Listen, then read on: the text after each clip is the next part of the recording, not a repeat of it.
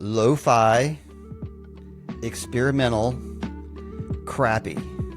Yeah, because you mentioned a country singer earlier in our conversation, so that it's all coming back to me now. But yeah, that's really great to hear. Like what you're setting me straight here, because I just assumed, like I said, like I grew up at this certain time. I was inundated with all this music and all this, huge plethora of music to choose from to listen to. And I just take that for granted, I suppose. Richmond, Virginia guy. I've been around a bunch of different diverse people in different communities and stuff, but nothing has like really gotten me to open my eyes to other situations as podcasting. I was able to interview the Time Bandits, which of course they're in New Zealand and Norway, and I talked to someone in Australia and like listening to their life experiences. And then my other friends, I wouldn't talk to you or these other people if it weren't for the podcast community and this YouTube community. And it I don't know, it's helped open my eyes a lot.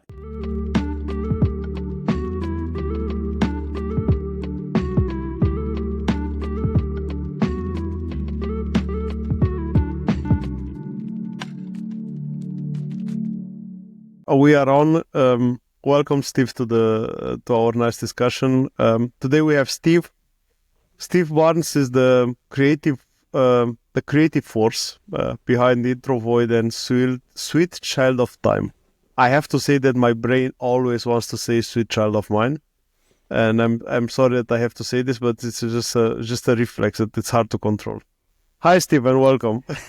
Thank you for having me.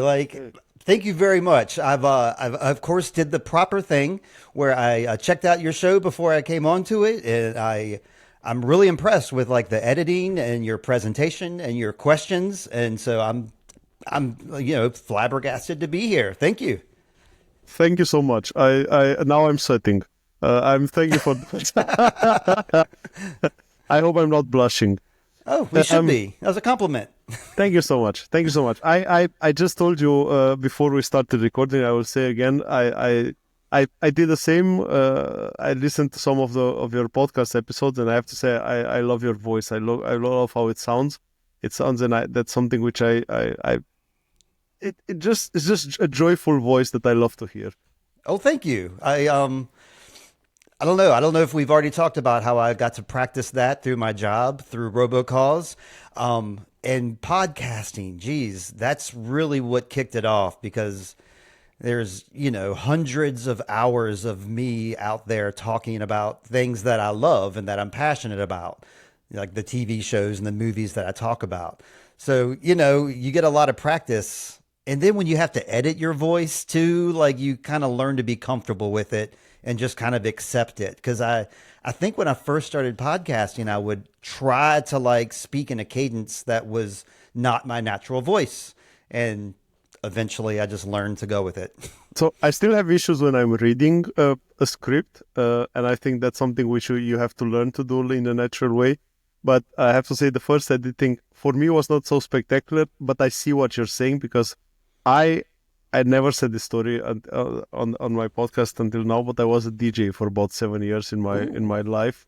And the first time when I spoke on those mics in the clubs or in the discotheque back then, because back then they were not clubs, they were discotheque. Okay. And you had blues, and you had a nice dance together in the middle of the night under the ball and stuff like this. And the first time when I heard my voice, I was with a friend of mine. I said that something is wrong with the microphone. That's not me. That's not a voice that I know. It's not what I'm hearing in my head. Exactly. Steve, we kicked off. We kicked off the talking, but I would like to know more about your background. Where are you? Where are you from? Where did you grow up? And I would like to know how your creative journey began. Okay, sure. Richmond, Virginia. That's where I was born, and that's where I still am now. Famous city because of the song. Sorry for interrupting you. Because of the song, which one? The Richmond? The Richmond, north of Richmond. Yeah, that's me. They're singing about me in that song because I'm just slightly north of Richmond, on the north side of Richmond. So I take personal, it's my song. Not really, of course. That guy's cool. We've seen him around. He's like a regular boy, and I work in a lot of rural areas, and I'm around a lot of dudes like that. Even though that's not quite my mentality, I'm very comfortable around it because I'm in Richmond. Um, I mean, it's a real mixed bag. Like your neighbors are going to be a very diverse group of people, and I grew up in a real diverse neighborhood. I guess my background of mystery. Ooh, my mom had me and my sister when she was very young, and then my dad was never part of our lives from about my age of 3 on. Big mystery. So, and it's still like a mystery to me and my sister, like exactly what transpired from that, even though like we're in our 50s now. But we grew up with a single mother, and she got remarried when I was about 10, and she moved us out of like the apartments that we were living in. Like I said, she was a single mom struggling, not much money. There was a lot of people that were in the similar situation. So, there was an apartment complex that was full of mothers like her and kids like us, except they were all like, different races, different backgrounds, came from different countries, but all in like similar surroundings. Some of those people I still know to this day, but we moved out of those apartments when I was 10 into the suburbs. And so now we're living in a more suburban environment. There's less kids around. It's a more structured, I suppose, with more families. And, I was more comfortable being by myself at that time. I think when I was in the apartment world, you could go outside and be surrounded by people, but still kind of be doing your own thing as a kid. Whereas if you're in a cul-de-sac in a suburb, and you go outside, people are going to look out their windows, see you outside, and then come outside as well. And then, you know what I'm saying? There's nowhere to hide. You can't hide in a suburb. So I spent a lot of time in my room. And the things that you can do in your room to pass your time that don't bother anybody is you can listen to music on your headphones, or you can read books or read magazines. So that's pretty much what I did as a kid. And that's like where I stuck with. I'm still doing that now. Still reading books. My life still evolves around, music and TV and movies. That's a different thing altogether, but mainly books and music is where I started. So anything any kind of school extracurricular that I could do usually was music or writing involved. So I took creative writing classes in high school and took keyboard classes in high school and also in college. And just always made sure to be doing those things at any time. I don't know how to wrap that sentence up. There you go.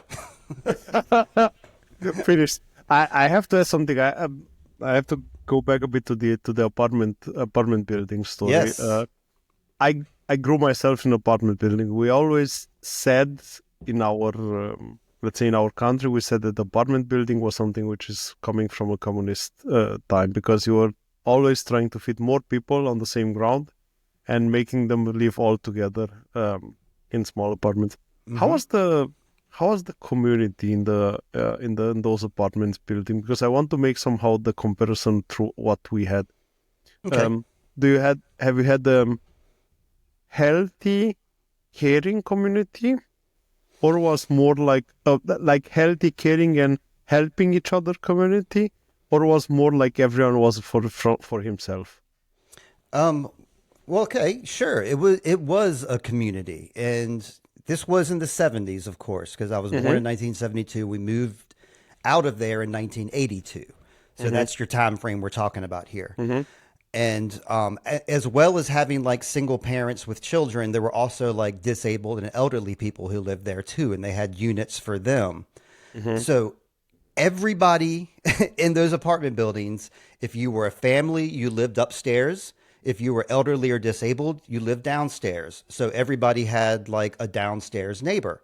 And almost in every environment, you knew your downstairs neighbor, and you didn't look out for them, but, checked in on them, borrowed things from them, said hey to them. Because like we had this relationship with the woman who lived below us, And then like my friend over here, they had a relationship with the person who lived below them. And yeah, we were in and out of each other's apartments a lot. Um, I remember being picked on, bullies, fights, and things like that. But those were always situations that occurred, and there were fights, and then the fights would be resolved, and then the next day it would just be back to normal again. We'd see each other at the bus stop, and Kids fights. right, it was never like I don't remember anybody having like an ongoing struggle of like that person's always getting picked on every single day. It's like today we're going to pick on that guy for this thing, and then tomorrow we're going to pick on her for this thing. Um, I don't know. There was a lot of community. I got hurt one time, and like some random kids like helped get me back to my house because I was bleeding and I stepped on a piece of glass, and some just two random kids that I didn't know helped me back to my house. Um, yeah, it was very community. So that's why when we moved to the suburbs, it was a big difference. Mhm. I have to say this is something which I'm missing from the old apartment buildings, because I do remember, for example, my grandma had also a lady living in front of her. They lived there for, I think they lived together for 20 something, 30 something years, and they were always having coffee in the morning and always chatting. And I have no idea about what, because if I think about today, like seeing every day the same person for like 30 years and having coffee every day, today at my place, tomorrow at her place. But this spirit of community, like everyone was saying hello to everyone. This is something which I'm missing today, because I have somehow the feeling that I I don't think it's connected to the suburbs today anymore. It's just connected to the fact that everyone is for himself a bit. Sure, yeah, and I think that can vary from town to town and community to community, but yeah, I can say like with the job I have, we supply water. So, Hmm. we have millionaire neighborhoods and we have very, poor neighborhoods and everything in between.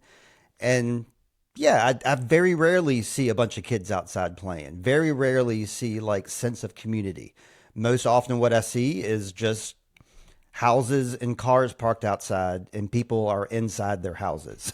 um, Whereas when I was first started this job, I started this job in the late 90s. So, people had cell phones, I think, at that time, but they weren't as prevalent as they are now. But yeah, And they were only phones. They were not right, exactly. They were phones and pagers at that time. And I was reading meters at that time. So I was, physically going house to house reading meters. And at that time, there were always people around. And I remember like avoiding certain areas at certain times because I knew there would be like a ton of people in a place. I'll go over there at 2 instead of at noon, or whatever. Whereas now that's not the case. Everywhere is always empty. So I'm noticing a remarkable difference. I feel the need to do a small observation for people who are younger and heard the term pager. Pager was a small device who was the precursor of the mobile phone, Hmm. and you were able to receive a small text message on it that someone could send by calling like an operator number, and based on an identifier that you had on your pager, you were able to receive a text message, and you were not able to reply or something. There Hmm. was only one-way communication, and if you wanted to reply, you had to go to a public phone, use some coins, call to the same operator, and send the message back. Small Exactly right. observation. Yeah. Coming back to your story, Steve, because even though I made the small excursion, I'm still curious about when did you realize you want to go into this creative path? Because, like you said, you have a job, you have a day job, and when do you say, okay, this is the job I do, I make my money with, but Okay. how can I or which are the things that I love? Sure. Yeah. There is like a distinct path that was followed. And then like the beginning of that was like a friend of mine, because I'm going to start right here. This is a great place to start the story, which is maybe like 2017 or something like that. My best friend Sam, who I've always been in music with, always played music with since we were kids, gave me a 4-track recorder because he had like just a bunch of music equipment. and was like, I have this 4-track cassette recorder. And this is 2017, so everybody has laptops now. Everybody has cell phones now. Everybody has technology at their fingertips. And this is like really old school technology. 4-track. You can only record 4 tracks on it on a cassette tape. But this is the same 4-track that he and I recorded music on when we were kids. And when he was in more successful bands, they recorded on this exact same 4-track recorder. So it was almost like a little piece of history, like Richmond history. Like X amount of bands like have recorded their albums out of this thing.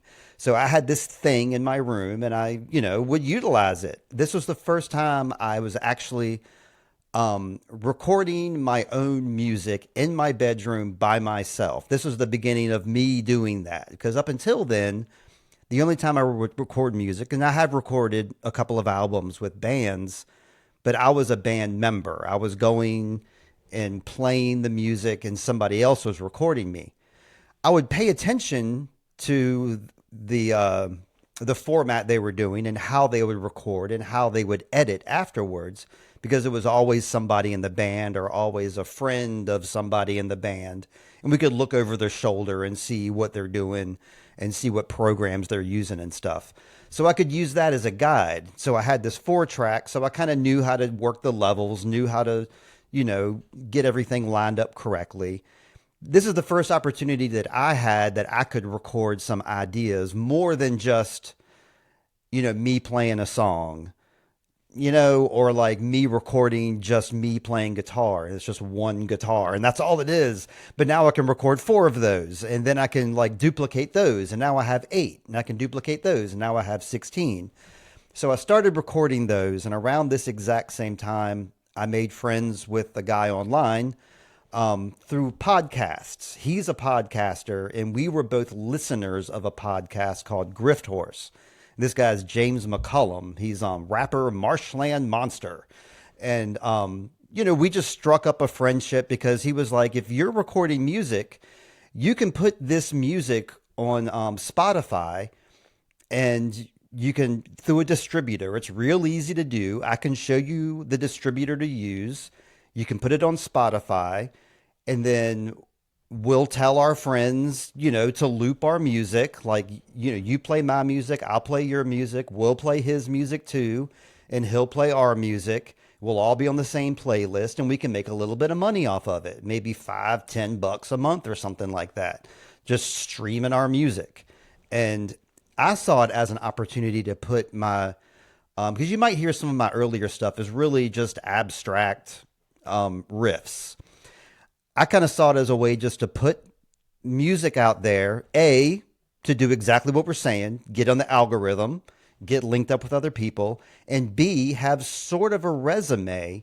So if I meet somebody and I want to play music, meet somebody in Richmond, that is, and want to play music with them, I can direct them to Spotify and say, here's an idea I had for a song and I recorded it and put it here, and maybe we can do something with this later. So I don't know. I kind of utilize that to my advantage. There's this opportunity to, put stuff online and make something with it.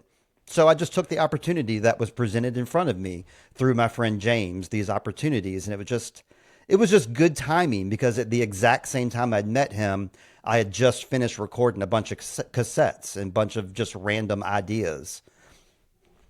So that's how that whole journey got started with Introvoid. I had to name it something to put it on Spotify.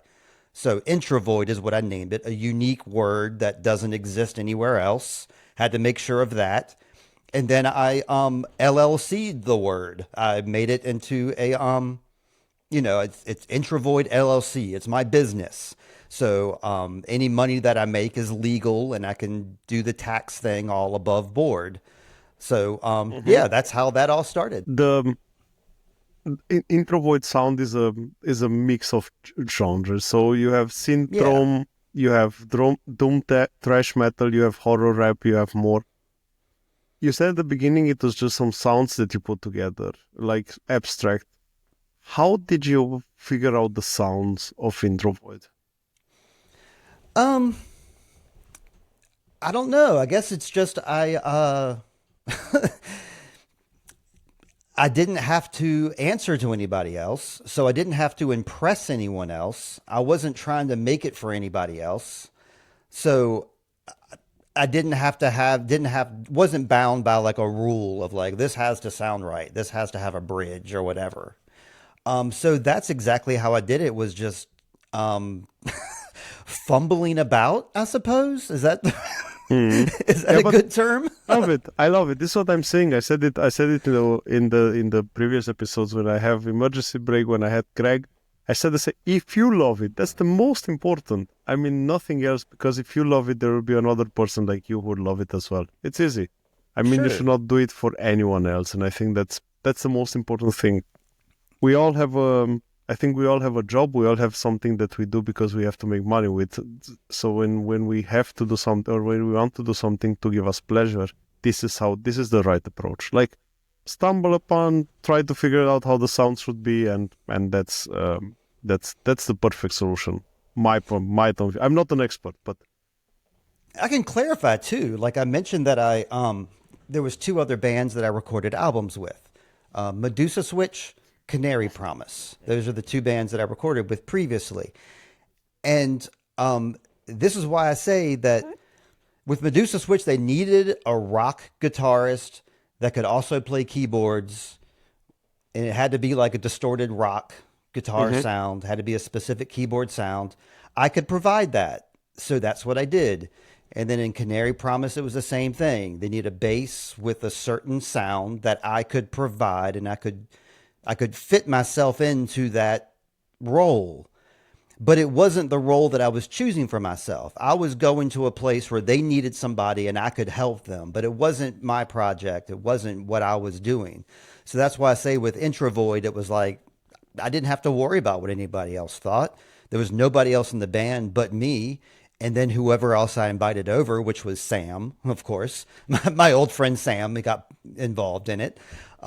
So I didn't have to answer to anyone. So that way I could develop my own sound. And that's why there's such a weird mix. If I was a smarter business person, I would have honed in on one sound and tried to like, really narrow my focus. Would have done the same thing with my podcast. I would have like one show, one season, like this is how, but I'm not like that. I'm pretty scattered and I have a wide range of varieties, a wide variety of whatevers. I don't know how to say what I'm just trying to say there. I'm sorry, Paul. but I don't But know. All you good. I get what I'm understand. saying. Yeah, absolutely. Um, you said that you came up with the name because it's something that didn't exist before. Mhm. Does the name have a story? Like, Oh, oh, sure. Um, One of my favorite songs of all time is the Black Sabbath song "Into the Void." Um, so intro void kind of fits in. It kind of seems the same. And then I also am introverted by nature. And just the phrase void is always like I'm interested in time travel, time displacement. So I'm also interested in time voids as well, and any kind of voided space. Or so yeah, it means a lot to me. It has a lot of different layers, but the basic thing is the Black Sabbath song "Into the Void." I just took those letters and smashed them together to make Intro Void. you don't look introverts, or Okay. if you hide it really good. I hide it. I hide it really well. It comes out during times like this when I'm podcasting, but for the most part, I'm out there not talking to anybody. When I'm at work, like people I work with can attest to this. I don't speak. I'm in the corner by myself, not talking to anybody. But if you get me started talking, though, you're not going to shut me up. That's how it goes.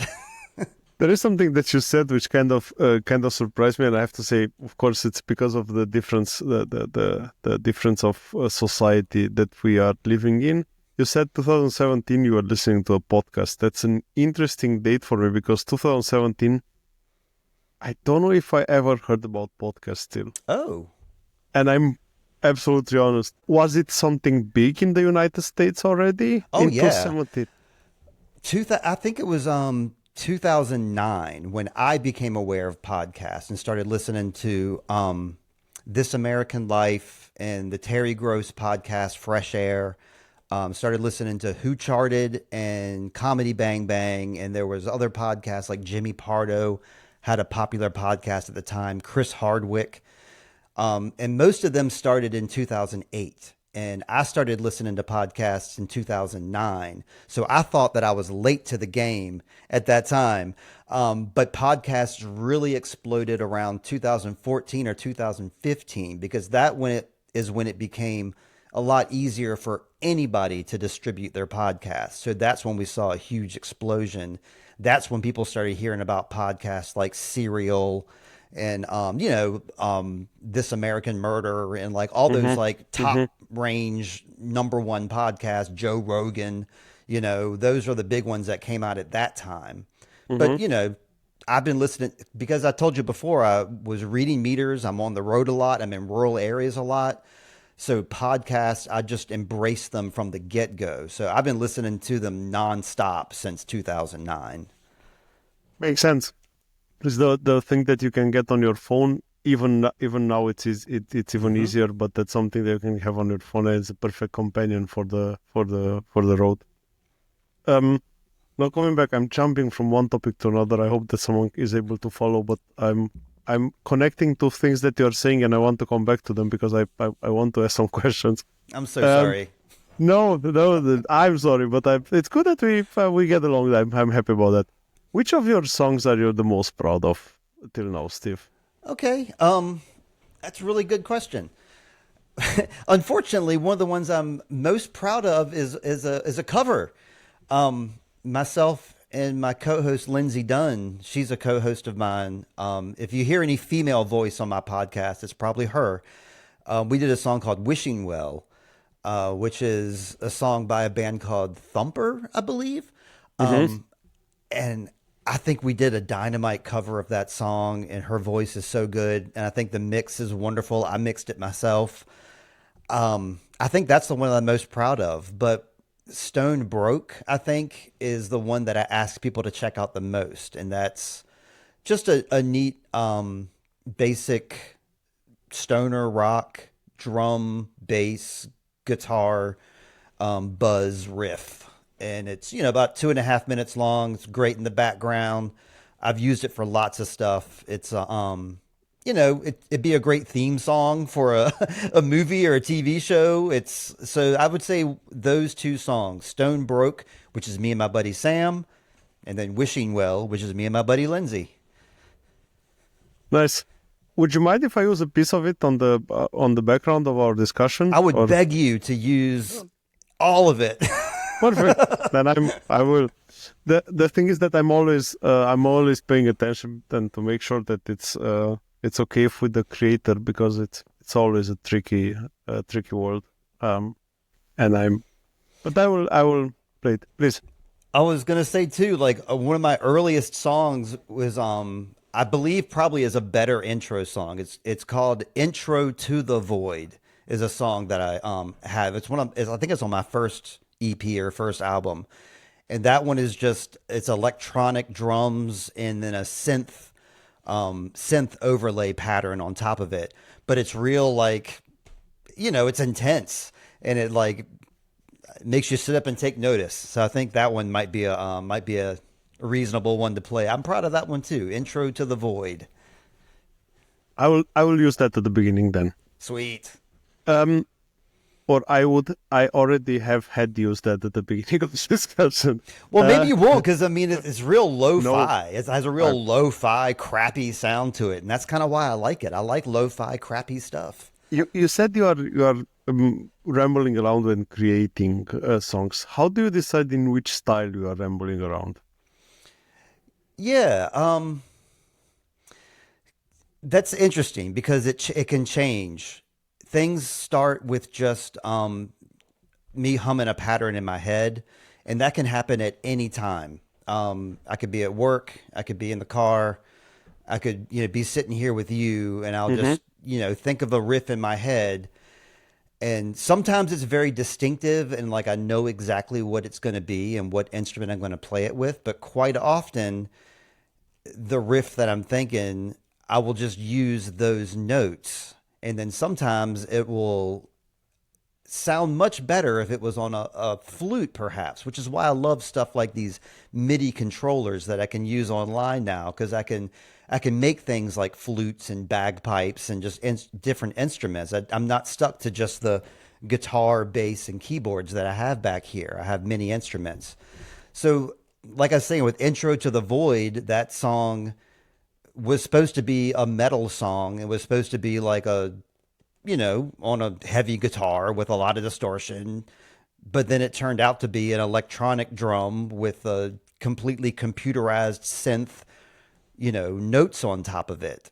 Same song, same beat, everything, but it just sounded better industrial when it actually came through because what was in my head when I grabbed the guitar and did it, I was like, oh, this is stupid. This sounds like a Limp Bizkit song or something. I don't like this, you know? But then when I switched instruments and played it on something else, I was like, well, this sounds kind of badass now, So it doesn't always work out the way you want, but if you don't give up on it and try to approach it from a different angle, it might work. I have a really good friend of mine, also a huge rock fan, like since a lot of time, and he also doesn't like Limp Bizkit. Fun. And I was Let me clarify. Limp Bizkit has a fantastic guitarist, but some of their riffs can be kind of corny. So when I played this Intro to the Void, it sounded very corny, and I could hear Fred Durst going, "Oh yeah," on top of it or something. So yeah, it had to change up. I have a confession to make. Okay. I think one of the first albums that I listened beginning to the end was Chocolate Starfish and a Hot Dog Flavored Water. Interesting. But that was one of the first. It's what was okay. That I listened as an album, so not as a single song or as a single piece of music. I got that. I think I got that as a present, if I remember it correctly. No, I bought it for myself. No, I bought it because my parents didn't even have. And there was just the beginning of Limp Bizkit. I had a friend back then who was listening already to kind of a punk rock style. And I like the name. The name sounded extremely interesting. So Chocolate Starfish and a Hot Dog Flavored Water. Right. I have to say I still have the songs in my head, and I still have the sequence of songs in my head. I know exactly which song is following to the next song. So you listened to it many times. So it did its job. You enjoyed the whole production, the whole ride. Okay. Absolutely. I had my Walkman, my CD Walkman, and that was something that I listened a lot. Okay. Yeah. I guess, I suppose that we're different ages then, I suppose. Because, I grew up listening to albums like, The Who's Tommy and like AC/DC for Those About to Rock. Those are like the first two albums. And exactly like you said, you listen to the whole thing. It's a whole experience. So that's always been my go-to. We are different ages. So I'm 84. Production year. Okay. But there is another aspect to that. I'm talking also for my friend because he's also a huge rock fan. But before the revolution, before the 90s in Romania, he didn't get any music from outside. Oh. There was communism. And for the people who are loving it now and saying every once in a while that it's good, it's maybe better, they have to know this. There was no music. There was an underground market which was really strong, but you had to know like people to be able to get this. There are some of the people who were lucky living near to the border of Serbia, for example, and they were getting some Bulgarian discs, but you got almost nothing. Okay. I was not aware. I just assumed that you had access to all the same media I did. So that's really interesting to learn. So before the 90s, before the revolution in Romania, you had the Romanian music. And there was a version of almost every international song in Romanian. Okay. So the famous rock band Iris, it's a Romanian famous rock band. They made a cover of Uriah Heep. What's that? Uriah Heep? Is that what you Yeah, said? yeah. Okay. I think of of a whole album or something. I don't remember in detail, but they still have a famous song who's a one-to-one copy. Wow. Okay. Yeah, and that was the we copied every song, every international song, put Romanian lyrics on it because the pair who was leading Romania, the Ceausescu pair, was not allowing any of the foreign art to endanger the brains of the young communist Sure. members of the party. Of course. It could do total damage if you listen to Rage Against the Machine or something. You might get angry or something. And even after the revolution, the next problem was the money, and it was even hard to get something because they were extremely expensive. I do remember I bought the first S&M, the first Symphony and Metallica album Okay, sure. I don't remember the name, but I paid I cannot make the evaluation in today's money, but I paid like half of month of salary on it for it. Wow, so you're a true metal fan then. I can appreciate that. I'm a music fan. I have to be honest. I take the Well, you're naming I take, metal bands here. Yes, I like music and I have faces. I'm pretty honest when I'm saying I have faces, and I said it now again in one of the previous podcast episodes. Now I'm in a really hard country face. It's just but I love music generally. I love listening. I'm listening to Flying Colors. I'm listening to I'm listening to a lot of bands because I love the music. So I really love the art. Okay. Yeah, because you mentioned a country singer earlier in our conversation, so that it's all coming back to me now. But yeah, that's really great to hear. Like what you're setting me straight here, because I just assumed, like I said, like I grew up at this certain time. I was inundated with all this music and all this, huge plethora of music to choose from to listen to, and I just take that for granted, I suppose. That's something that, like, I'm a Richmond, Virginia guy. I do believe that I don't know. I've been around a bunch of different diverse people in different communities and stuff, but nothing has like really gotten me to open my eyes to other situations as podcasting. Talking to people like you and in my podcast, I was able to interview the Time Bandits, which of course they're in New Zealand and in Norway. And I talked to someone in Australia and like listening to their life experiences. And then my other friends, I wouldn't talk to you or these other people if it weren't for the podcast community and this YouTube community. And it's I don't know, it's helped open my eyes a lot. And hopefully my listeners are experiencing that too. I think this is the huge benefit of the internet that nobody's talking about. The fact that I'm sitting in Germany now, you're sitting in Richmond, and we are talking, we are having this exchange. We are able to record it and then put it somewhere there, and everyone can check it out. This is amazing, and this is something that everyone should keep in the back of their mind, that this is the huge benefit that we have to take advantage of. Right. Yeah, it's like something that you can easily overlook. Because especially if you were born like in the 2000s or after, it's always just been part of your life, but you don't realize the potential that's there. You too could be a podcaster, and you too could put your crappy music on Spotify, and people will listen to it. Exactly. Feel free to do whatever makes you happy. That's the most important thing. Feel free to do whatever makes you happy, because life is too short not to express yourself.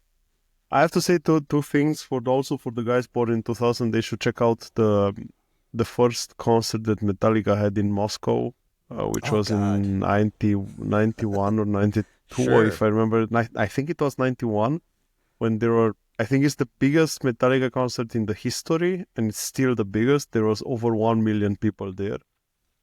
Well, not Metallica concert, biggest concert in history, I believe. Yeah. Most probably, yeah. Most probably. I mean, I'm not like a huge Metallica fan, but even I am like enthralled by that performance because there's so much like energy like in their performance because they're But again, coming from a country who has never seen oh God. a band from outside, coming from a country as listening to Metallica underground in the I don't know, in kind of uh, holes and corners because you are not allowed. And this is something that I think everyone should be aware of. We talk about a lot. I don't want to make politics, not my purpose, but we talk about a lot about the things that are good in communist. You never. I always like to say, you never lived it. No, you don't have an opinion. Yeah. Everything that you see from the outside is just what they want to show you from the outside. You've never been inside there. You've never been afraid of talking. You've never been afraid of sharing your opinion. And these are the basic things. Like nobody's talking about this. And music was a big part of it. Art, books. You are not allowed to have books. You are not allowed to have books from outside to read the literature. There is a famous writer now who has an amazing story. He went to the. I'm rambling around, and I'm sorry for that. We'll come back to the story. But there is a famous writer in Romania, Radu Paraschivescu, who said a crazy story. He was invited to a book festival, book expo in Frankfurt, and he was sent by Romania to be the representative there. And he used all his money to buy books and to get them back in Romania, and that in the first day. And then he had for the whole week where he was there, he was just eating a piece of bread every day because he had no more money to eat. That big was the desperation to get some art, to get something to feed your brain with. Yeah, I can say that I absolutely take that for granted, and I shouldn't. I'm glad you're here to remind me of this. I mean, yeah. Thank you. And it's my fault too that this conversation, like you say, it's rambling a little bit. I have that effect on people. Like I listened to some of your other, I listened to your interview with the guy from the IDKs, and it was a very structured. You led the conversation, and I'm coming in here being all chaotic. It's totally my fault. I'll take the fall for it. But I love it. I love sharing things. I love sharing. It's not about me. I don't want to make it about me, and that's something which I'm always saying. But I love also sharing things. I like to talk. That's why I'm doing this. And I love to, like, when you ask me a question, I want to ask what your opinion of it is, and I'm fascinated by you, so I want to listen to you talk. So, but yeah, let's get back to me. More about me. You mentioned a lot of times podcasting, your podcast, and I mentioned at the beginning, "Sweet Child of Time." Mm-hmm. Why? You said you said in our previous in our previous discussion steps that you are fascinated about this time traveling, about switching from one dimension to another. I do guess that's where the passion is also coming from, the series that you are talking about in your podcast. But how did it all started? Were you always a fan of science fiction or this kind of science fiction? Yeah, I have been. I got into reading. Like I said, introvert, hanging out in my room by myself, way too young to be reading Stephen King novels, but that's what I was doing. Stephen King was the start of it. I was reading that when I was like 10, 11, 12 years old. And so that was my introduction to like adult reading, I suppose. And then the things that we were assigned in school, like we were assigned a Kurt Vonnegut book in school. And then from that, I read Slaughterhouse-Five, which of course, deals with like time displacement and some time travel in there. And I started reading all of Kurt Vonnegut's books. And then we had to read George Orwell's 1984. That was assigned to us in school. And then I read more George Orwell books. I would just like these authors. And anything to get me outside of my own realm of reality was what I was into. And fiction. I was always drawn to fiction and drawn to fantasy. And I just met a guy yesterday at work, and we bonded over our love of worlds that don't exist. And that's what we laughed about later. It's like, I love this Game of Thrones universe, and I love this Lord of the Rings and Joe Abercrombie universe. But this American universe. I'm not a big fan of this one. I I don't know who wrote this season of USA, but it's kind of crappy, I must say. Yeah, that's why I'm doing this. I want to get out of this American splendor, apparently. Um, I want to. So yeah, it started with Stephen King. You said Stephen King, and I have to say I have to tell this story. So I'm a big fan of audiobooks as well because I'm walking a lot and then I'm Okay. using the time. The worst experience hearing to Okay. know that the book was Stephen King reading his own book. Never. Oh, what book? He should stick to writing. He's really Oh, good in writing. He should never read his books. Please, please, Mr. King, we please, beg you. Mr. King. I'm no one, but please, never ever in your life. I've never listened to an audiobook ever, so like I'm No, not an audiobook person. I like to there are, read books. there, So I can't speak to any of that. I can just take your word for it that Stephen King does not have a good voice. no. The problem is that when you are boring from your own writing, then it's kind of hard to motivate anyone to listen to it. And Hmm. the thing is that there are people who are able to do this really good. I had in the previous episode, one of the previous episodes, I had Mike Payne, who's a voice actor, who's doing this on the professional level, and he's good, doing it really good. He's doing voice acting, and he's doing like characters inside the book. Like everyone has a different voice, and it's making it really interesting. It sounds like a show, right? It's not only the book; it's like a show, and I like reading, but I like also to use the time while I'm walking or running to have something in my ears because music Sure. all the time, it's kind of boring when you do it often.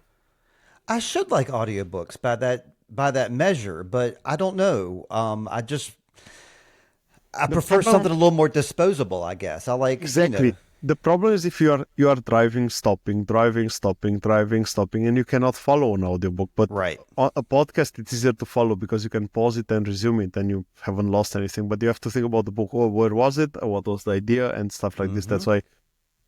And why not books as a topic for your podcast, and why serious? Um, well, I guess ease because it's much easier to do like a TV recap Hmm. podcast. Um, that's kind of what I was drawn to because the format, the TV or movie recap or review format, is just a format that I was very familiar with listening to. So that just seemed like the best step for me.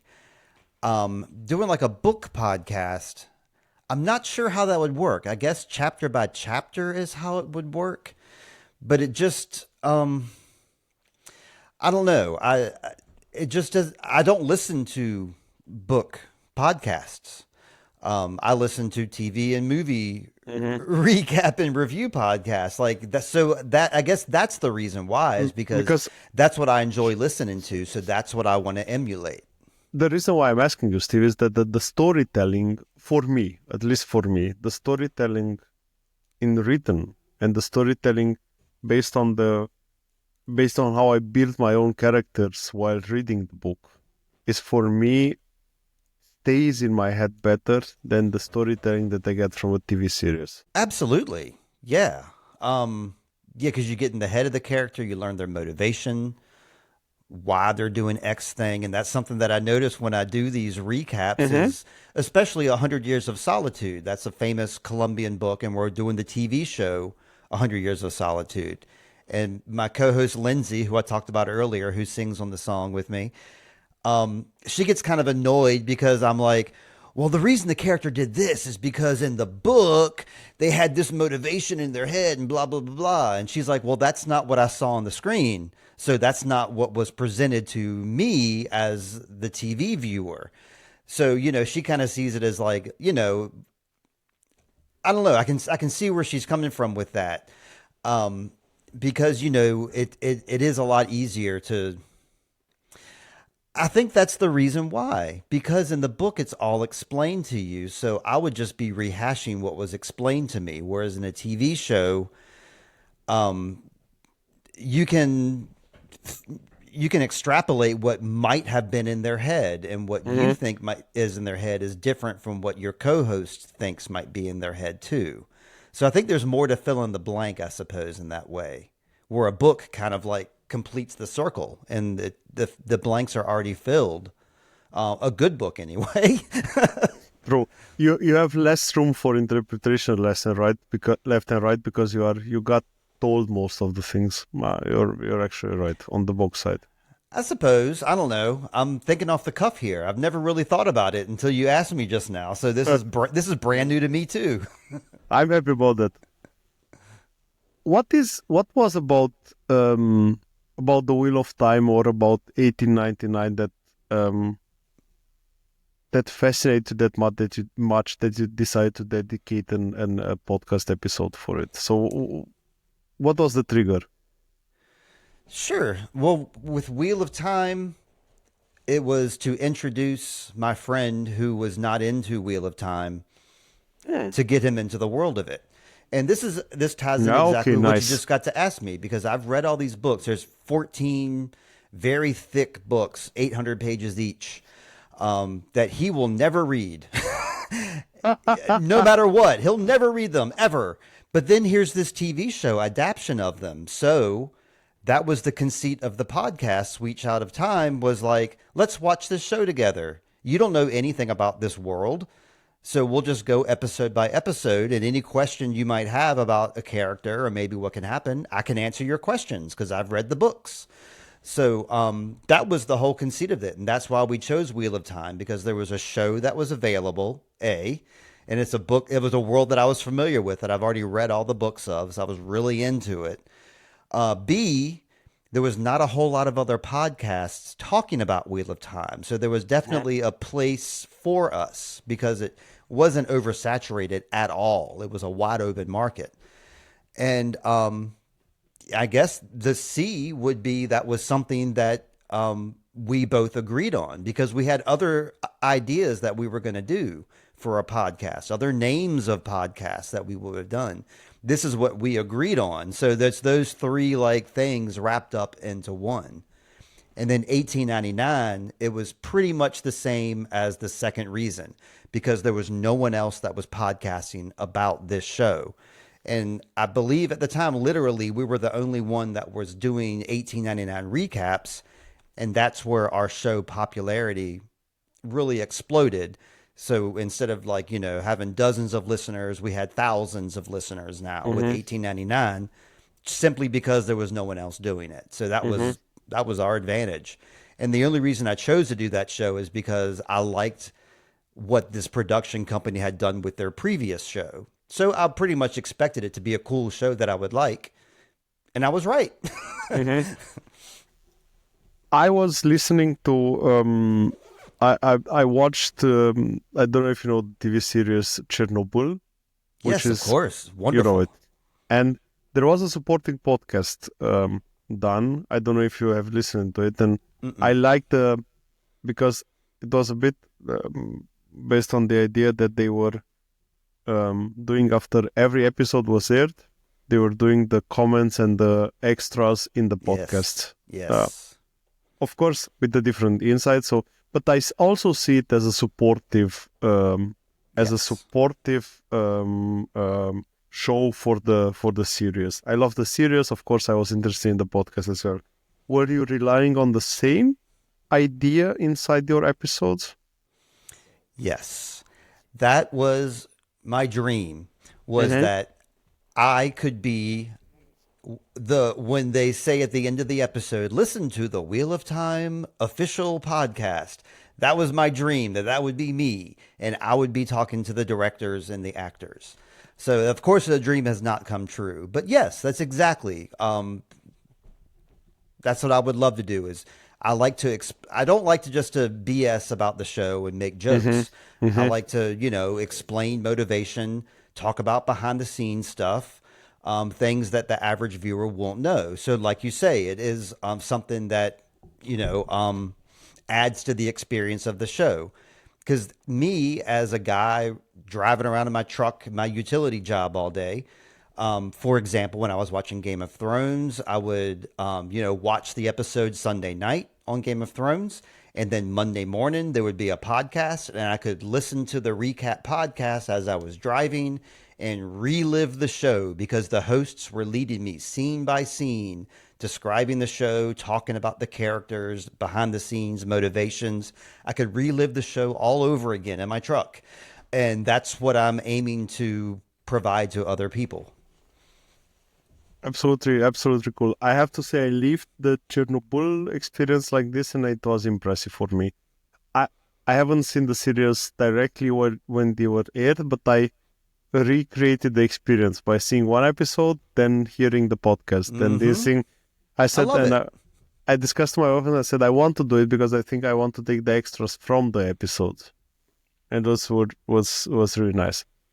Um, are there are are there similarities between in your approach? I mean, between analyzing the TV series narratives and the complexity um, of the characters and creating music. Um, I think so, especially like in a show like 1899, for example. Not so much in Wheel of Time, I would say, because that's definitely like a structure. I mean, all shows are structured. But the producers of like 1899 and the show Dark would always heavily feature like entire songs within the show. They would Mm-hmm. have a montage scene, a 4 minute scene. You play the entire dang song. And while that's going on, you're showing scenes from the show. And I think that's a really interesting way to like tie a show and a song together. I think another good example of that right now is the show Yellow Jackets, which I'm not a big fan of the show, but I am a big fan of the way they pair a song, and like the tone of the song and the lyrics directly tie in with what the characters are doing. Um, I love the way that they can pair that up. And, sometimes that's done really poorly. I've seen it done poorly, but when it's done well, with like high level shows, I think music can definitely enhance it. Music can also ruin a show too. I've seen shows that I would normally like, but because the music is so goofy or distracting, I can't keep watching it. So, be careful. I have the positive examples also in my head because in the last days I have the theme song from Hunger Games in my head.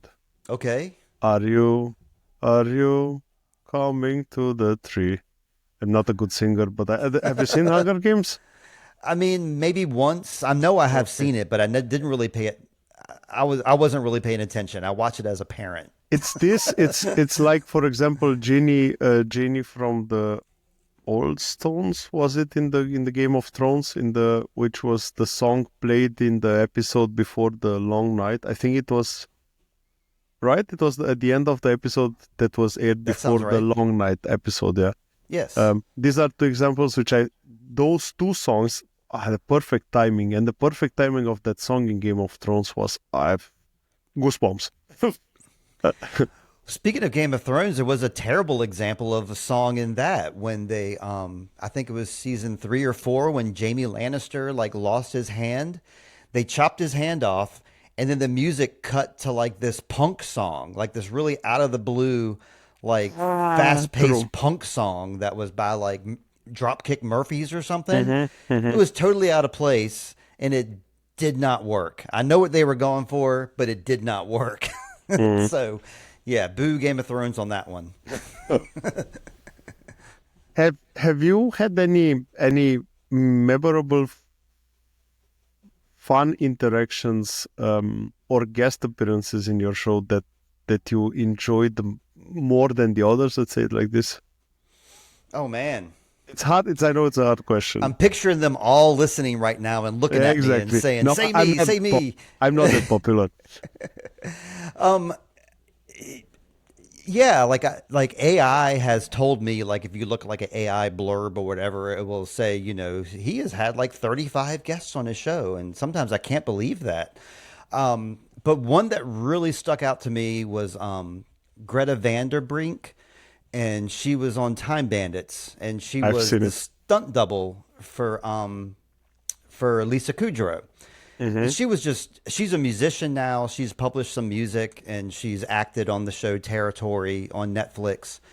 At the time we talked to her, she was just, doing stunts on Time Bandits. And of course, she'd had other accomplishments, but she was just coming up at the time. But she was just so much fun to talk to. Um, She was with the hitters on her left, right? This is what she said at the beginning because she said she's in New Zealand. She was in New Zealand. I think I've seen the she was episode, she was in New Zealand. and said Yeah, that's that, right. and she And said it's good. we got our times mixed up, and Yeah, like she forgave me for exactly. that. Yeah, yeah, exactly. You got yeah.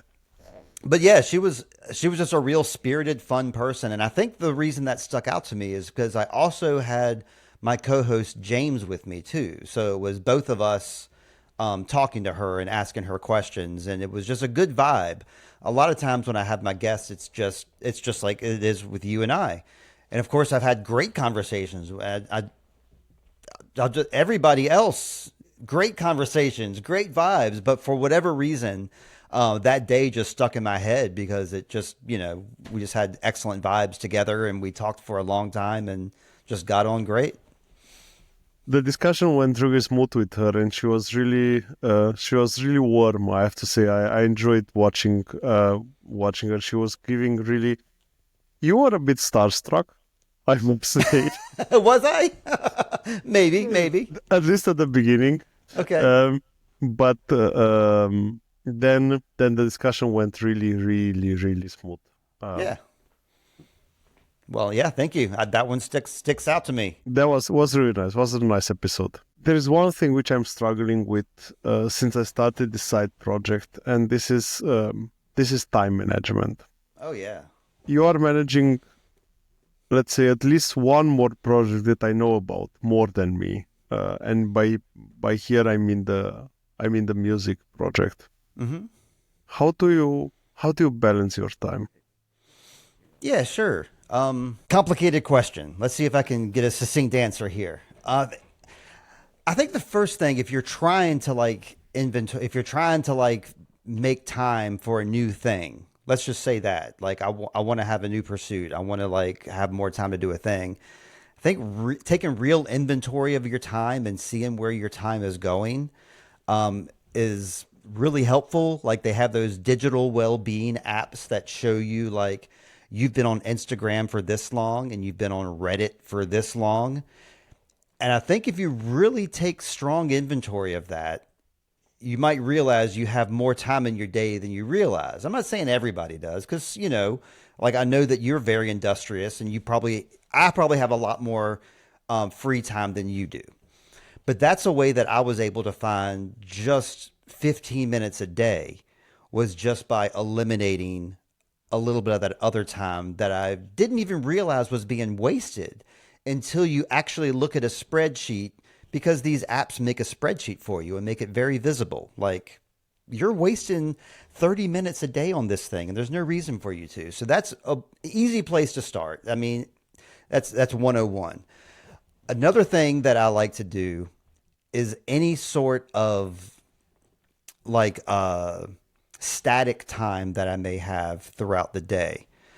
I really learned to capitalize on that time because I was finding myself doing things like waiting for my daughter for 30 minutes every day in the school parking lot to pick her up amongst all the other parents. Hmm. So I'm just sitting in my car for 30 minutes. So how can I capitalize on that time? Or maybe on Tuesday and Thursday nights when she has her skate lessons and she's there with her skate coach and she's there with her friends and I'm here, but I'm not doing anything for 2 hours. Capitalize on that time. So many times I would see other parents talk about how they don't have time to do this or do that, but they talk about that for 2 hours every Tuesday and Thursday night when they could have been on their laptops or they could have been writing or they could have been listening to music or, with your phone, you have access to every single thing in the world. So you don't, you can use that time. And so many people like to take that opportunity to say, this is just my time just to chill and just unwind. And this is how I do it by scrolling Instagram. This is my way. That's fine. But if you're complaining about how you don't have time to do your passion projects, then I don't have much sympathy for you if that's what you're doing with that downtime. And then another way that I have found recently, and this is tied in with money, and we know that money can't buy you happiness, but money can buy you time. If you find yourself having to do 2 hours of yard work every week because you're a homeowner, you could pay the kid down the street $50 to do it, and now you have 2 hours. You know, don't sit on your butt that 2 hours. Utilize that 2 hours. I was spending doing my podcast. I would record a podcast. It would take about an hour and a half. And then I would spend 3 to 4 hours editing it. That was 3 to 4 hours of just me sitting at a computer, editing, listening to myself talk, which there's some value to that. But now I pay somebody else to edit my podcast for me. I have so much free time now just from that move alone. And it's not expensive. There's people out there that are willing to do your small tasks like editing your podcast or, I don't know, walk your dog, for example. That's another random example I can think of that you can buy yourself some time. And not everybody has money, but if you do have money but no time, you can turn your money into time. How do you build the trust to let someone edit your podcast? Because I'm not there yet. Well, with me, it was a co-host. That's the person that I started getting to do it. I don't know. I suppose. That's a really good question. I think it depends on the type of editing you're asking them to do. But I think if you're just asking somebody to take out the silences and to take out the ums and the ands, that alone will save you an hour and a half. Mm-hmm. And then you can take what they have sent you and you can edit that further to your device. But they've taken out all the really boring, crappy stuff to do that takes so long. The silences, the ums, the ands, the run-on sentences. They just send you the meat, and then you can edit the meat however you want it. Yeah. This is something else, another time saver that I found as well. Playing music, because if you're a musician and you need to practice, you know, you have the instrument that you play. In my case, it was a bass, a big clunky instrument. And you know, my excuse, I don't have time to practice. I'm driving, you know, all over Virginia, you know, I got to spend of course you can't practice bass while you're driving. But what I learned to do was I would take my bass with me in my work truck. And when I had an extra 15 minutes, I would practice. And that helped me be a much better bass player. And I was finding myself, you know, making excuses to stop and play that bass whenever I could because it was there with me. Otherwise, I would not have gotten that practice in. So I think it's just like seizing opportunities that exist that you might not realize exist. Using your time, not letting the time use you. Sure, yeah. Like using your devices, not letting the devices use you. I like to make this parallel because I'm fully with you when we talk about social media and so on. I kind of uninstalled all my social medias from my phone, and whenever I need to do something, I do it on my PC, and that's it. Mm-hmm. Because otherwise, it's like this thumb scrolling. It's you are losing the feeling of time. This is unbelievable how crazy it's built. I just use that as an example because that's what I see. I see a lot of people on their It is phones. like this. Yeah. 100%. Fully with you. I was the guilty as charged. Do you ever feel creatively drained? Drained? No, I don't think so. Even when I go through periods because like right now I'm in between writing stuff. I haven't really written anything for like about a month. I don't even know what that would feel like because that's just foreign to me. I mean, it's just foreign to my way of thinking and my I guess my brain is always spinning. In fact, I'll share a secret with you. I take medications so my brain will spin in the correct ways because otherwise it will go out of control. So, yeah, I don't really have a loss for that, I suppose. Even if Mm-hmm. it's crappy, even if it's like no one likes it but me. And I guess that's what is my advantage is I don't really have like this high threshold I'm trying to like attain. I think that's the one thing, and the second thing which I see, you're doing it out of pure passion. There is Yes. no must ever when I hear you talking about something. I don't see the must in there. I just see the I want to there, and that's the most important thing because I think this creative drain or drainage Hmm. is something which is which is happening with the people who have to be creative, who have to Sure. provide something. Okay. I couldn't imagine I kind of would like to be in that situation where that was my job and I had to be creative. But yeah, I guess after a while that could be a drain and I guess that's why I don't experience that because it's a release to me. I can make it look really bad, and I can make it look that you don't wish it anymore. So imagine that you'll have to compose jingles for commercials. Well, I mean, that sounds like a dream job on its face, but yeah, I guess you're right. After a while, it would drive you nuts. Um, yeah. If you would have to focus only on one, and you would say, okay, I know that this one will bring me, I don't know, Hmm. money or freedom, or I don't know what. What would be that one that you would love to have it as your focus? Do you mean if I had to choose between the podcast and doing music? Hmm. I guess it would be the podcast. And this is why, because nobody knows this. Well, I mean, people do know this, but I also have a band that I play with. Like, we get together every Sunday, me and four other guys, and we just play music. And we're not writing anything, we're not trying to play any shows, but we have the space, we have the instruments, we have, great gear, so we utilize it. So if I didn't do my music, Introvoid, I would still have that outlet to go there with those guys and do that. So here in my room, if I had to focus on one thing, it was like you either write music for Introvoid or you do the podcast where you like, the recap the TV shows and the movies and do the reviews.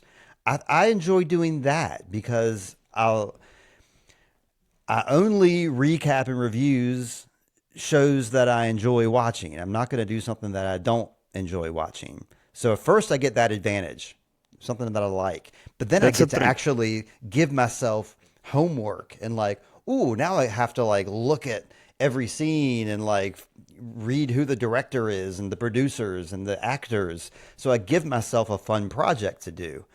And it's like cookie cutter. There's a template there. You watch the Hmm. show, then you watch it again and you pause it and you take your notes. Whereas with music, there's no template, there's no cookie cutter method. It's like we were saying before, whatever inspires, it could be anything, it could come at any time. Whereas like the podcast is a very structured thing and I would have no problem put out an episode every week. Like if that was my job and I had to do it, like you say, and like you have to focus on this one thing, you got to do this. I mean, it would be easy because it's like the work is halfway done for me. So I'd have to pick podcast. That that's nice. I mean, we live in a world when where you can make you can make both.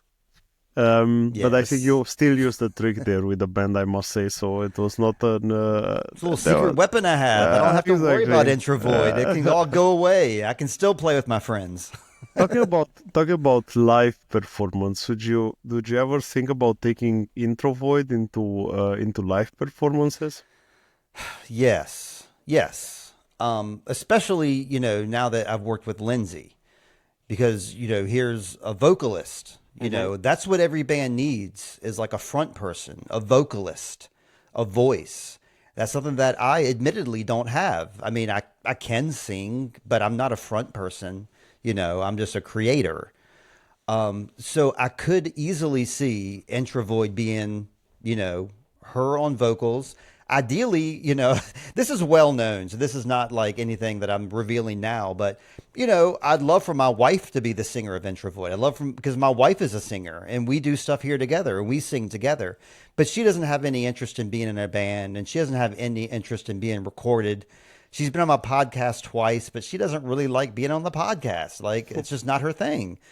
So ideally it would be her, but if not her, then yeah, we have Lindsay, and then like I said, I have this other group of guys I'm playing with. Sure, we could work out some arrangements and do some live stuff. The downside is though, is I like to go to bed early, and most shows happen at night, and then you have to like lug all your stuff there, and then when you're done playing, you got to lug all your stuff back home. As you get older, these kind of things just aren't as appealing as they used to be. And like you don't really care so much about being popular and people clapping for you. You just want want things to be fun, you know? There is a nice saying in German which says muss man Prioritäten setzen. So every person should set up his own priorities, and and after a certain age, it's sleep. Yeah, yeah. Exactly what you mean. um, the so besides having now Lindsay as vocalist for Introvoid, do you plan to do other collaborations as well? Yes, absolutely. Something is kind of in the works right now. Okay. It's in her hands. If she's listening, Lindsay, it's in your hands right now because she has a recording that she's been working on with someone else, and we're supposed to elaborate on that recording. I haven't even heard it yet, so I don't know how it's going to work out. But yeah, our plan, the loose plan, is to write and have something released every month, like once a month. Have a song out there, have a song to release, and that's just a personal goal. I haven't met that goal, and I don't beat myself up for not meeting that goal. Like you say, some people might feel that creative drain where like I didn't release anything this month. I got to do it. I got to write something. So I used to feel that too, and I guess it's just slowly relaxed after time. But yes, short answer, yes. There's definitely more coming. That we Looking have at forward to least see it. three or four different ideas. The ultimate goal is for Lindsay and I to have 8 to 10 songs together that we can, have a full album. Cool. Looking forward to hear it. What about Sweet Child of Time? What's coming next for Sweet Child of Time? Luckily enough, I mean, Wheel of Time season 3 just started up, and that's the whole point of Sweet Child of Time is to introduce Wheel of Time to James. So this week, like right now, we're talking on a Tuesday.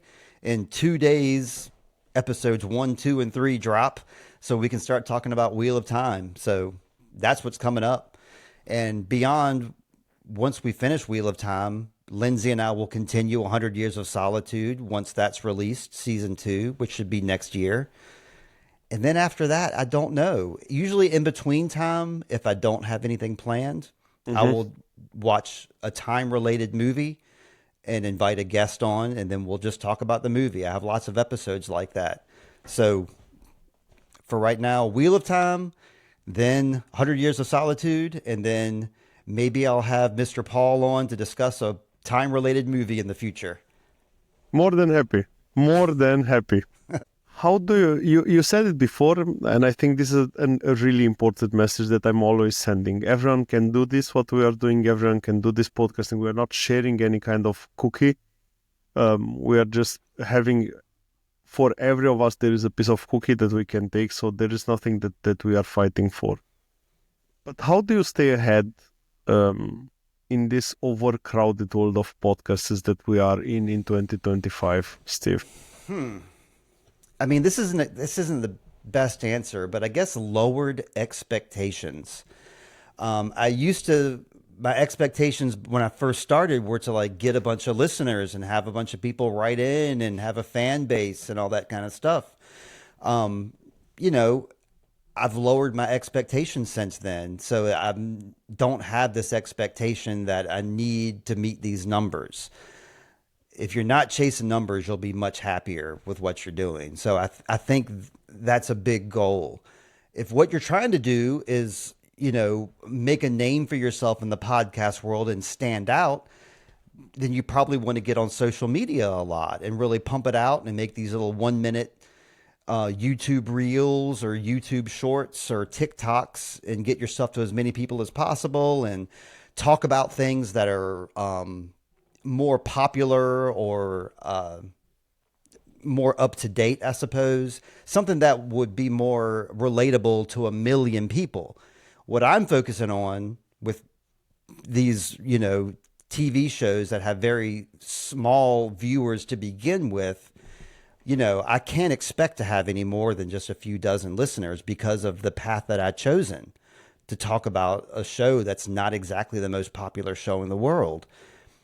So, you have to lower your tamper your expectations. Mm-hmm. If you're going to be doing like a murder mystery podcast, you probably will have a bigger audience.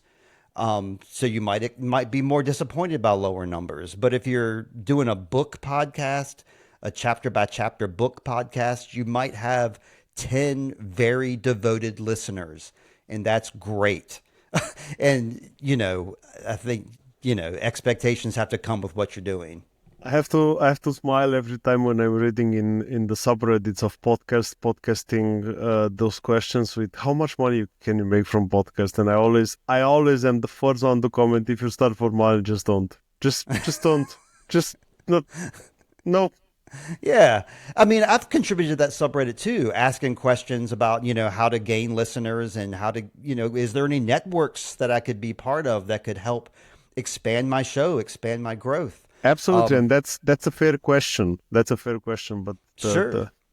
But yeah, I mean, you just have to stay grounded. With a market this saturated, you can't expect to like stand out from the get-go unless you already have a bunch of followers to begin with.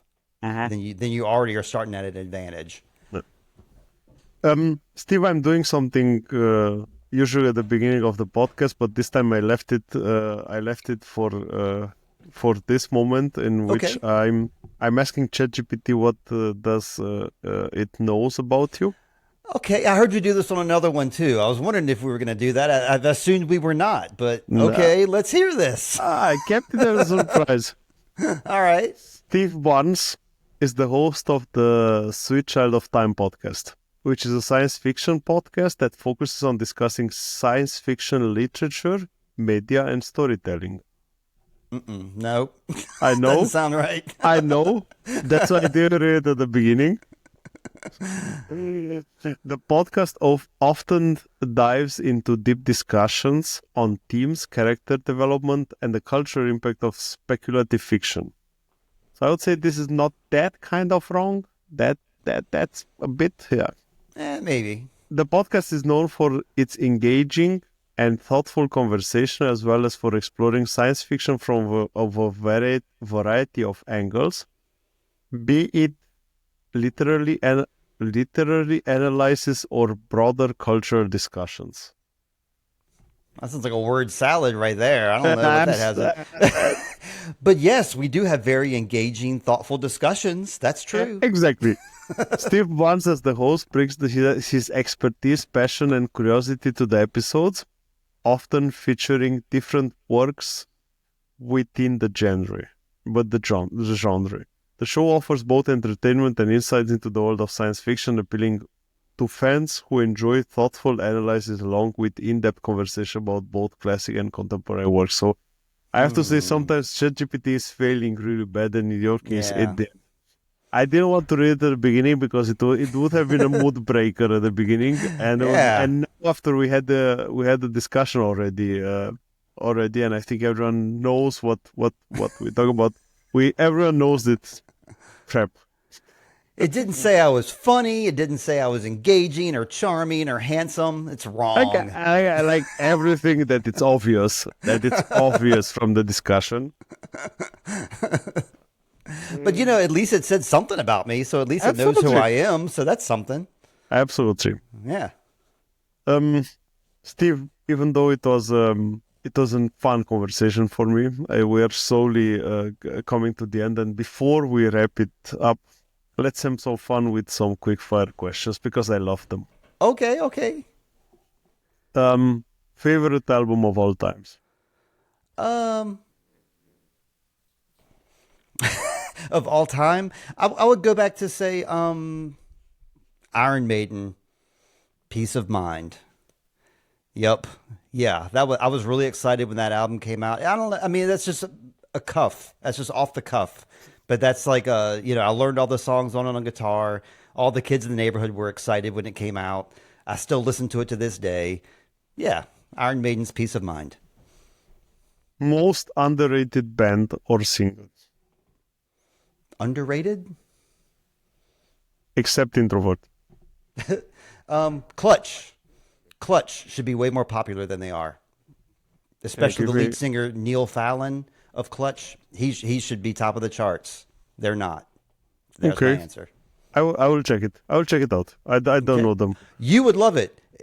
From your music taste, you will. The first song you hear from Clutch, you'll be like, "This is my favorite band ever," and that's everybody's gonna say when they hear them. Nice. If you could have any TV show theme song redone by Intro Void, which one would be? By Introvoid, so I'd want like a real moody one, right? Something real. Um, recently we've been watching White Lotus, and I love the show, but like the theme song is way too long and way too boring. So yeah, I'd take over the White Lotus theme song. I'd make it a little more snappier, and yeah, a little more interesting. Favorite TV show? I know it's hard. Yeah, but I always go to the show Home Movies. Um, it was created by Brendan Small, who also created Metalocalypse, and it's loosely related to Bob's Burgers, if you're familiar with that show. But yeah, Home Movies was a kind of an underground cartoon that was really well done. It was exactly my style of humor, exactly my style of dialogue. Um, I'd say that's my favorite of all time. Home Movies. Favorite movie soundtrack? You just said the boring one. Now you have to tell me your favorite one. I mean, I don't know about of all time, but I've been listening to the soundtrack for the Leonardo DiCaprio movie where there's the dreams. Is it Inception? Is that the one?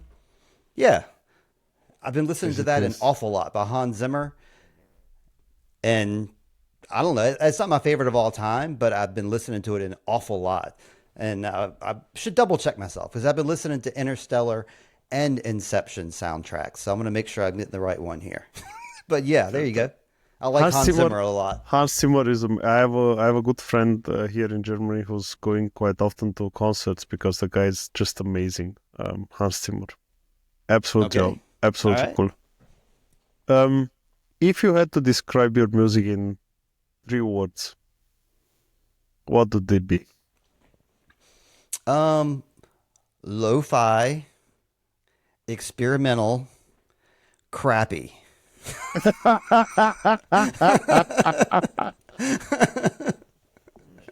Yeah. Experimental and lo-fi, I agree. Crappy, I don't agree. But Okay. we have different I like opinions there. crappy music, so I'm fine with that. What does happiness look like for you, Steve? Um, just What is just plain contentment, I suppose. Not having too many worries on your mind, being focused on where you are, and I don't know. It's kind of an abstract concept. Happiness. What is that? But I always equate it with just being quiet and being content. Mhm. Okay. What is the best place that you visited until now? I mean, my mind immediately went to the exotic location of St. Lucia, where my wife and I went for our honeymoon. It's in the Caribbean, and we went Mm-hmm. to like this resort that was just out of this world. I mean, it's a very poor country, but if you're staying in one of their mountaintop resorts, the scenery was beautiful. The ocean was dynamite. It was I couldn't imagine anything more beautiful.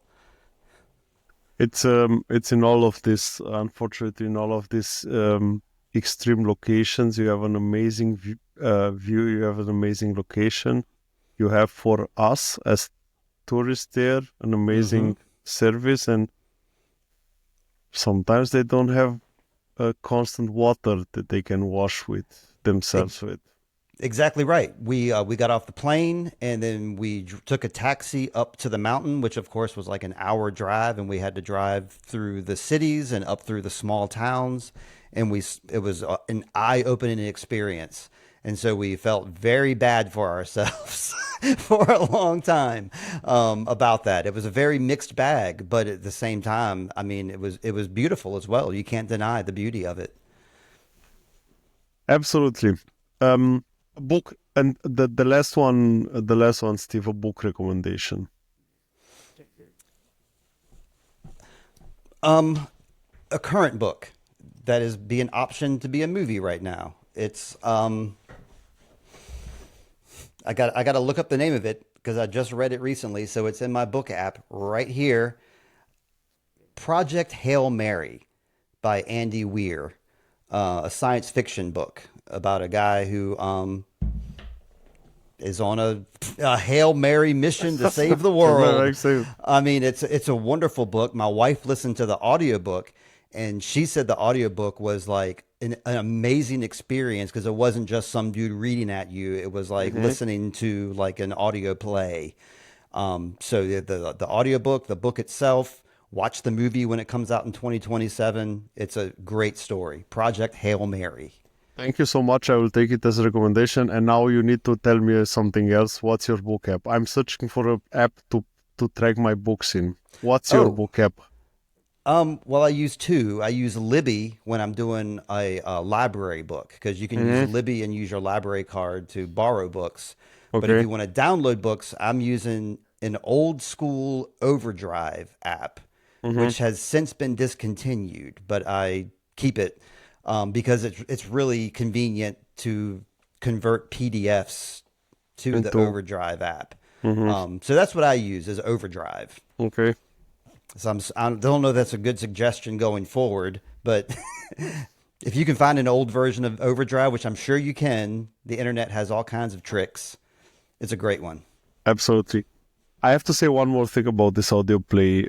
Like your wife said that the audiobook was not really an audiobook, was a play that was happening. We had Hmm. this in Romania in the past, which was called again Communist Time. There was no there, we had TV 2 hours a day in the evenings for between 7 and 9, and 1.5 hour was the realization of the Communist Party, and the other half an hour was some music. So you had nothing like movies, and there was something on the radio which was called audio theater, so audio plays, like exactly like the things that you are saying. Man, this Yeah. is my childhood. I hope I managed to get Yeah. the database and to find it on YouTube. That is my childhood. There is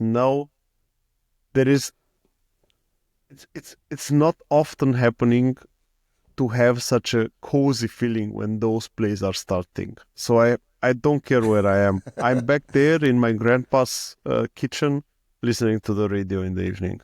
It's crazy. It's so nice how you can build your own world.